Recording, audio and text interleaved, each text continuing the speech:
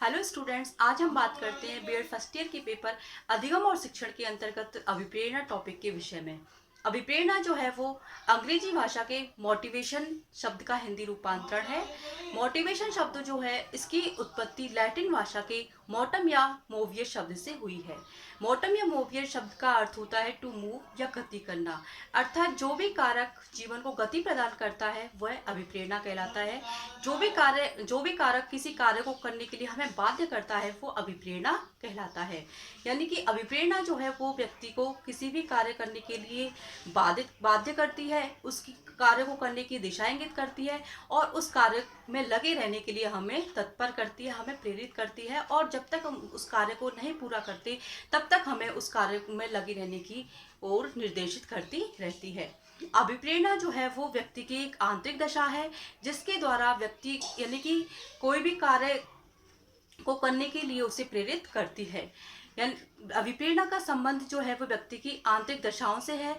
यानी कि जैसे कोई भी बल या उत्साह या फिर कोई शक्ति जो किसी व्यक्ति को कार्य करने की जो इच्छा शक्ति है उसको बढ़ाती है या घटाती है, वो ही अभिप्रेरणा कहलाती है। अभिप्रेरणा का संबंध जो है वो व्यक्ति के व्यवहार से है। अभिप्रेरणा के द्वारा व्यक्ति प्रेरित होकर अपने कार्य को करने के लिए तत्पर रहता है। अभिप्रेरणा के द्वारा व्यक्ति जो है वो किसी भी कार्य को तत्परता से करने में संलग्न रहता है। अभिप्रेरणा के माध्यम से ही व्यक्ति किसी भी कार्य को अच्छी तरह से करने की कोशिश करता है। अभिप्रेरणा जो है इस अभिप्रेरणा जो है वो एक आंतरिक शक्ति है जो कि व्यवहार या अनुक्रिया की गति को तेज करती है। जो भी हम व्यवहार कर रहे हैं किसी भी कार्य को करने के प्रति, जो भी कार्य अपन कर रहे हैं उससे संबंधित उस कार्य की गति को तेज करने का काम किसका है? अभिप्रेरणा का। अभिप्रेरणा हमारे कार्य की गति को तेज करती है और उस कार्य को हमें पूरा करने के लिए प्रेरित करती रहती है। जब तक हम उस कार्य को पूरा नहीं कर लेते तब तक वो हमें बाध्य करती रहती है। तो अभिप्रेरणा एक प्रकार का कारक है, एक प्रकार का फैक्टर है जो किसी भी व्यक्ति को कार्य करने के लिए प्रेरित करता है।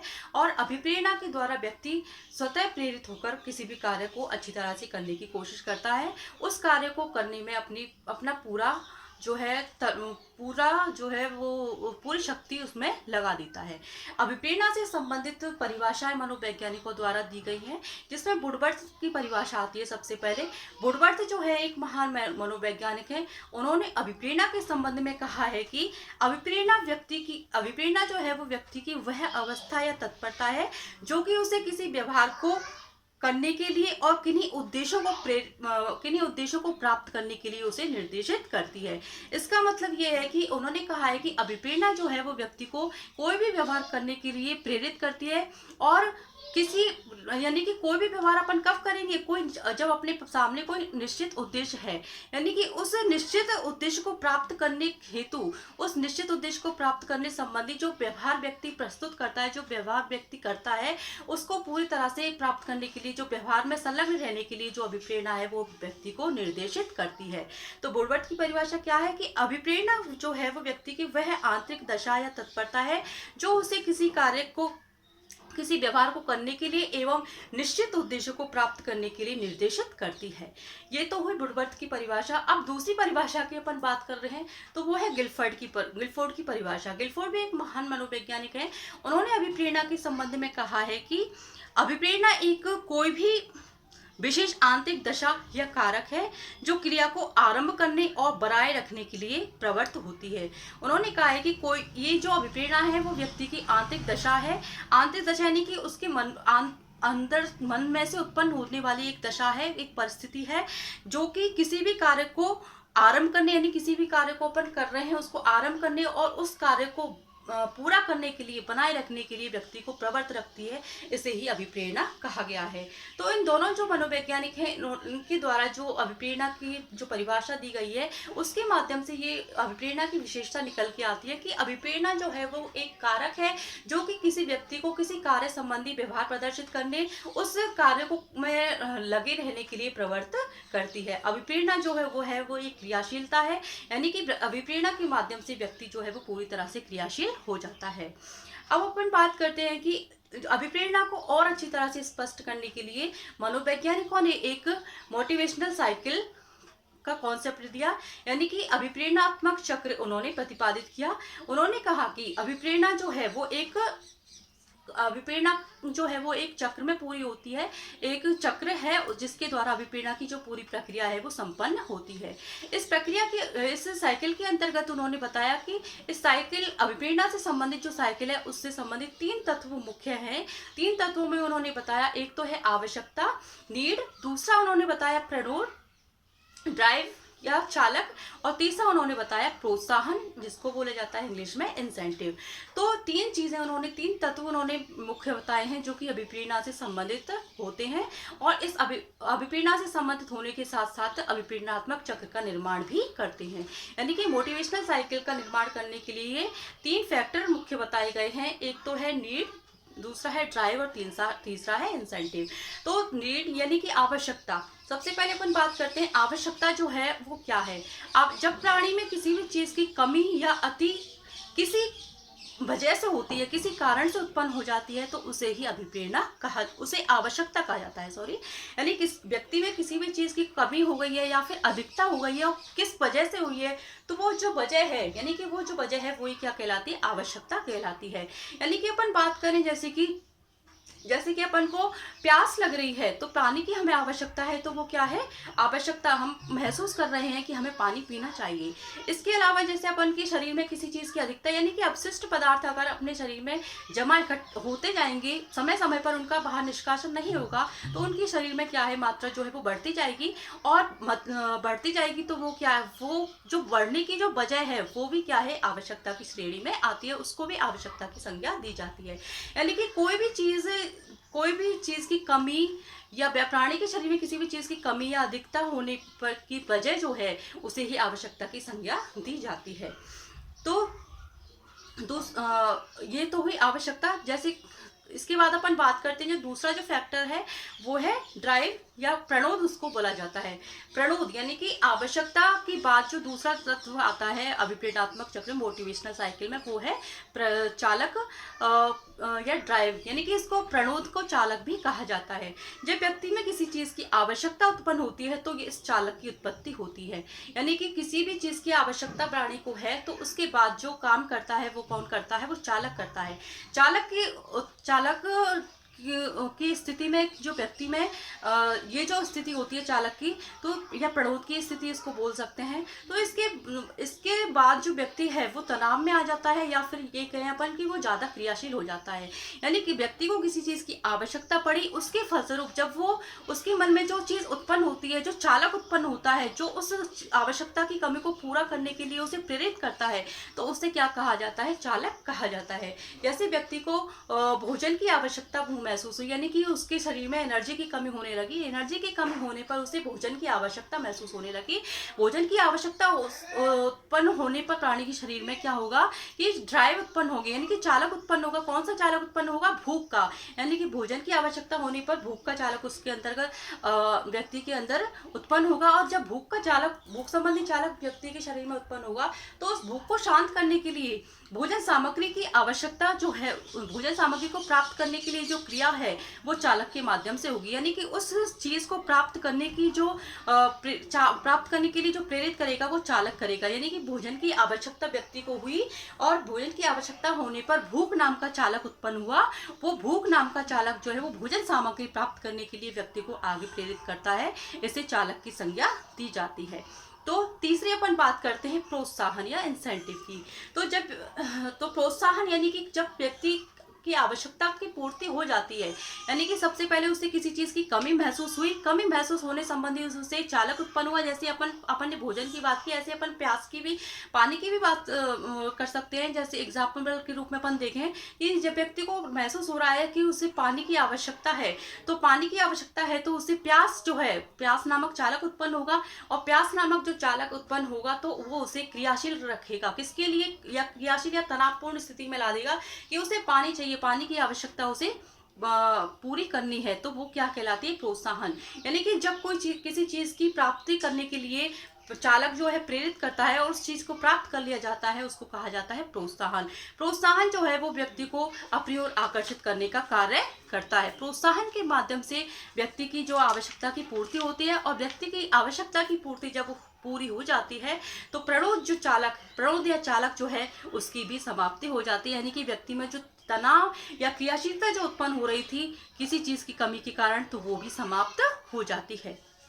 तो प्रोत्साहन, अभिप्रेरणा चक्र का जो तीसरा जो सोपान है प्रोत्साहन, वो व्यक्ति को अपनी ओर आकर्षित कर लेता है और जिसकी प्राप्ति से व्यक्ति की आवश्यकता की पूर्ति हो जाती है, और आवश्यकता की पूर्ति हो जाने पर ही प्रणोद की कमी हो जाती है, प्रणोद की समाप्ति हो जाती है। प्रणोद जो है यानी कि प्रोत्साहन जो है वो एक वस्तु, परिस्थिति या क्रिया है जो व्यवहार की व्यवहार को उत्तेजना प्रदान करती है और उसे जारी रखती है और उसे दिशा प्रदान करती है। तो जो प्रोत्साहन है वो अपने व्यक्ति को अपनी ओर आकर्षित करने की कोशिश करती है और आवश्यकता की पूर्ति करती है। प्रोत्साहन के माध्यम से व्यक्ति की आवश्यकता की पूर्ति जब हो जाती है, जो चालक रूपी जो तनाव या क्रियाशीलता जो उत्पन्न हो रही है व्यक्ति के मन में, वो समाप्त हो जाती है और व्यक्ति अपनी जो है जिस चीज़ की कमी उसे महसूस हो रही है उसे प्राप्त कर लेता है।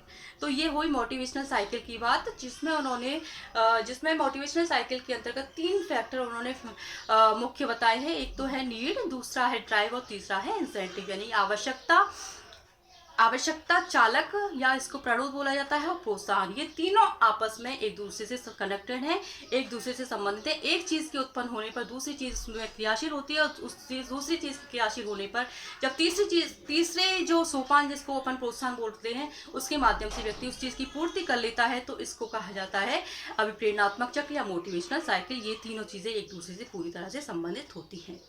अब ये हो गई अभिप्रेरणात्मक चक्र की बात। अब इसके बाद अपन बात करते हैं अभिप्रेरणा के प्रकार, यानी टाइप्स ऑफ मोटिवेशन।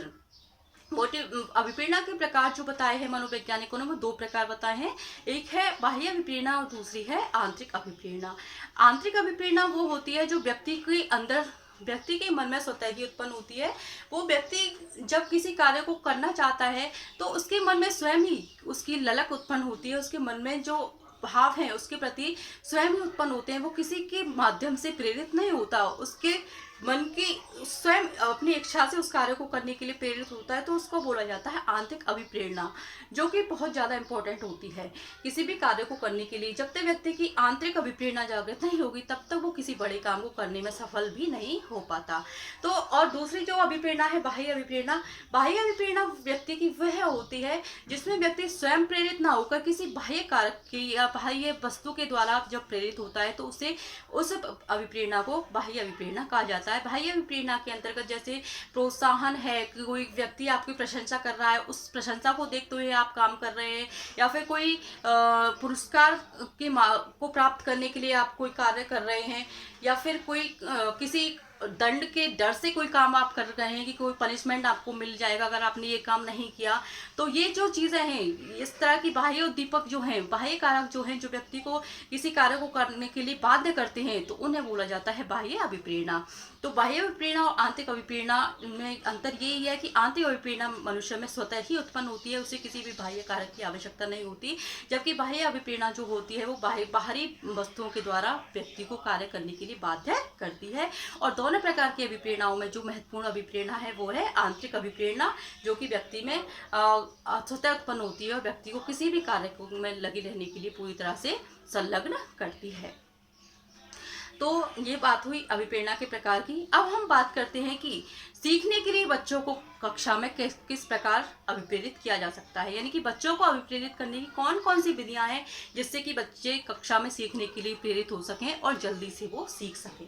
तो इसमें सबसे पहले अपन बात करते हैं कि बच्चों को अभिप्रेरित करने के लिए जो माध्यम है, जो साधन है, उसमें सबसे पहले ये चाहिए कि बच्चों की प्रशंसा करनी चाहिए।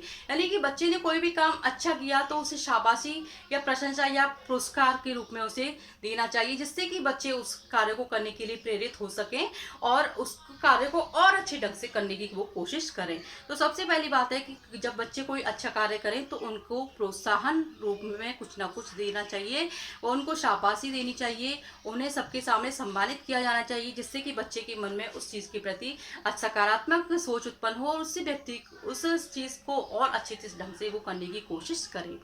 दूसरी चीज़ अब की अपन बात करें कि बच्चों को अभिप्रेरित कैसे किया जा सकता है शिक्षण के लिए, तो ये है कि शिक्षण में नवीनता लाने का प्रयास करना चाहिए। शिक्षक को चाहिए कि जो पाठ वो पढ़ा रहा है उसमें नवीनता लानी चाहिए। नवीनता से मतलब है नई नई चीज़ों को उसमें शामिल करना चाहिए। लेकिन नई नई चीज़ों को शामिल करने से पहले शिक्षक को ये सोचना चाहिए कि वो छात्रों के पूर्व ज्ञान यानी कि छात्रों का पूर्व ज्ञान कितना है, उस पूर्व ज्ञान को आधार मानते ही नवीन चीज़ें बच्चों के सामने प्रस्तुत करनी चाहिए, जिससे कि बच्चे उसमें रुचि ले सकें। इसके अलावा जो माध्यम है, जो साधन है जिसके माध्यम से बच्चों को सीखने के लिए अपन प्रेरित कर सकते हैं, तो वो है रुचि। यानी किसी भी बच्चे का किसी चीज़ में रुचि जब तक नहीं होगी तब तक वो सीखने के लिए प्रेरित नहीं हो सकेगा। तो रुचि बनाए रखने के लिए कक्षा में ध्यान आकर्षित करने के लिए शिक्षक को नई नई साधनों का, नई नई जो शिक्षण सामग्री है उसका, शिक्षण सहायक सामग्री के रूप में नई नई चीज़ों का प्रयोग करना चाहिए। इसके लिए जैसे चार्ट है, मॉडल है, उसका प्रयोग करना चाहिए, या फिर दृश्य श्रव्य सामग्री का, जिसमें जैसे कि टेलीविज़न है, वीडियो क्लिप बच्चों को दिखाई जा सकती है। इससे भी बच्चे क्या है, टेलीविज़न के रूप के माध्यम से भी बच्चों को नई नई चीज़ें दिखा सकते हैं, जिससे कि बच्चों में रुचि बनी रहेगी उस चीज़ को देखने के लिए। रुचि बनी रहेगी तो वो किसी भी चीज़ को जल्दी सीखने के लिए प्रेरित हो सकेंगे। तो इस तरह की शिक्षण दृश्य श्रव्य सहायक सामग्री का प्रयोग करते हुए भी बच्चों को अपन सीखने के लिए अभिप्रेरित कर सकते हैं।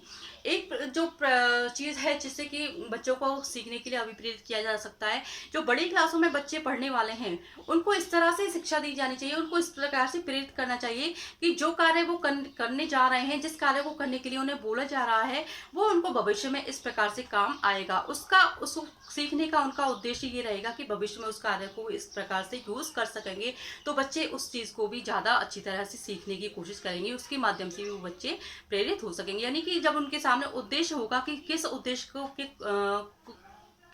उद्देश्य की प्राप्ति के लिए वो इस काम को कर रहे हैं, तो उस काम को करने में उनकी रुचि बनी रहेगी और उस काम को अच्छी तरह से वो करने की कोशिश करेंगे। इसके अलावा बच्चों में जो प्रतिस्पर्धा की भावना जो है वो भी विकसित की जानी चाहिए। प्रतिस्पर्धा की भावना यानी कि ये नहीं होना चाहिए कि बच्चों में आपस में ईर्ष्या की भावना उत्पन्न हो या घृणा की भावना उत्पन्न हो, ऐसा नहीं होनी चाहिए। प्रतिस्पर्धा की भावना उनमें उत्पन्न होनी चाहिए, यानी कि एक दूसरे से आगे बढ़ने की जो होड़ है उनमें होनी चाहिए। इसके लिए विद्यालयों में प्रतियोगिताओं का आयोजन करवाया जाना चाहिए, जिससे कि बच्चे अपने प्रतियोगिताओं में जीतने के लिए पूरी तरह से प्रयास कर सकें, और जब वो इस तरह से प्रयास करेंगे तो वो प्रेरित होंगे, यानी कि वो उन्हें लगेगा कि किसी कंपटीशन में हम पार्टिसिपेट कर रहे हैं तो हमें उसमें जीतना है, तो ये प्रतिस्पर्धा की भावना उनमें उत्पन्न होगी, तो इसके लिए भी वो सीख सकेंगे। तो जैसे छोटी छोटी क्लासों में, जैसे कि अंताक्षरी बच्चों में बच्चों को अंताक्षरी खेली जाती है, या फिर ये मीनिंग वाली जो अंताक्षरी बच्चों को सिखाई जाती है, वो उसको कराने का स्कूलों में यही उद्देश्य होता है कि बच्चे इससे क्या है, उनमें कंपटीशन की भावना भी आ जाती है और बच्चे खेल खेल में ही सीख जाते हैं। इसके अलावा खेल विधि का प्रयोग भी छोटे बच्चों के लिए करना चाहिए, जिससे कि वो बच्चे सीख सके, यानी कि खेल खेल में ही बच्चों को सीखने के लिए प्रेरित करना चाहिए। इसके अलावा बच्चों को स्कूल में ऐसी क्रियाओं का आयोजन करवाया जाना चाहिए जिससे कि वो अपनी अभिव्यक्ति प्रस्तुत कर सकें, यानी उनकी जो क्षमताएं हैं उन क्षमताओं या योग्यताओं का प्रदर्शन वो बच्चे अच्छी तरह से कर सकें। ऐसे कार्यक्रमों का आयोजन स्कूलों में जरूर करवाया जाना चाहिए, जिससे कि बच्चे किसी काम को सीखने के लिए प्रेरित हो सके। इसके अलावा अभिप्रेरित करने की जो विधियां हैं उनमें ये भी है कि बच्चों में सहयोगात्मक भावना का भी विकास करना चाहिए, कि क्लास में जो बच्चे हैं उनके साथ उनको कैसे व्यवहार करना है, कैसे एक दूसरे का सहयोग करके वो कोई काम कर रहे हैं, तो उस तरह की भावना भी बच्चों में विकसित करनी चाहिए। इसके अलावा कक्षा और विद्यालय का वातावरण ऐसा रखना चाहिए कि बच्चे किसी भी काम को बोझ ना समझें, किसी भी कार्य को यानी कि शिक्षक को भी बच्चों के साथ ऐसा व्यवहार करना चाहिए कि एक मित्रवत व्यवहार करना चाहिए, जिससे कि बच्चे अपनी शंकाओं को शिक्षक से आसानी से कह सकें और शिक्षक उनका समाधान आसानी से बच्चों को बता सके। एक दूसरे में जो संबंध हैं वो अच्छे होने चाहिए, जिससे कि शिक्षक और जो छात्र के बीच में जो गैप, जो यानी कि डर की भावना जो है वो उत्पन्न ना हो सके और बच्चे अपनी खुलकर अपनी विचारों को शिक्षक के सामने प्रस्तुत कर सकें। यानी कि कक्षा का वातावरण जो है वो प्रजातांत्रिक होना चाहिए, तानाशाही नहीं होना चाहिए, जिससे कि बच्चे डरें और शिक्षक से कोई बात करने में 10 बार सोचें। तो जिससे कि कक्षा का वातावरण ऐसा रहेगा तो बच्चे सीखने के लिए स्वयं प्रेरित हो सकेंगे। तो ये सारी जो विधियां हैं इनके माध्यम से बच्चों को सीखने के लिए अपन प्रेरित कर सकते हैं। अब इन्हीं चीज़ों के साथ एक बार अपन फिर रिवाइज कर लेते हैं कि अपन ने इस टॉपिक के अंतर्गत क्या क्या पढ़ा। सबसे पहले अपन ने पढ़ा कि मोटिवेशन होता क्या है, कि मोटिवेशन जो है वो क्यों जरूरी है, अब मोटिवेशन का अर्थ अपन ने जाना कि मोटिवेशन क्या चीज़ है। मोटिवेशन क्या है? एक बाह्य मोटिवेशन जो है वो एक कारक है जो कि व्यक्ति को जीवन में गति प्रदान करता है, जो कि व्यक्ति को कार्य करने के लिए प्रेरित करता है या बाध्य करता है। इसके बाद अपन ने बात करी थी कि अभिप्रेरणा के संबंधित एक अभिप्रेरणात्मक चक्र जो दिया गया है, मोटिवेशनल साइकिल की बात की थी। उस साइकिल में 3 फैक्टर जो हैं वो मुख्य बताए थे, आवश्यकता, प्रणोद और प्रोत्साहन। इसके बाद अपन ने बात की थी अभिप्रेरणा के प्रकार की। अभिप्रेरणा के प्रकार जो बताए थे वो 2 प्रकार बताए थे, आंतरिक अभिप्रेरणा और बाह्य अभिप्रेरणा। इसके बाद अपन ने बात की थी छात्रों को शिक्षण के लिए अभिप्रेरित किया कैसे किया जा सकता है, उन विधियों की बात की थी, उन साधनों की बात की थी। तो अब इसी के साथ ये टॉपिक यहीं पे खत्म होता है। इसके बाद अपन नेक्स्ट वीडियो में नेक्स्ट टॉपिक के साथ मिलेंगे। तब तक के लिए बाय बाय।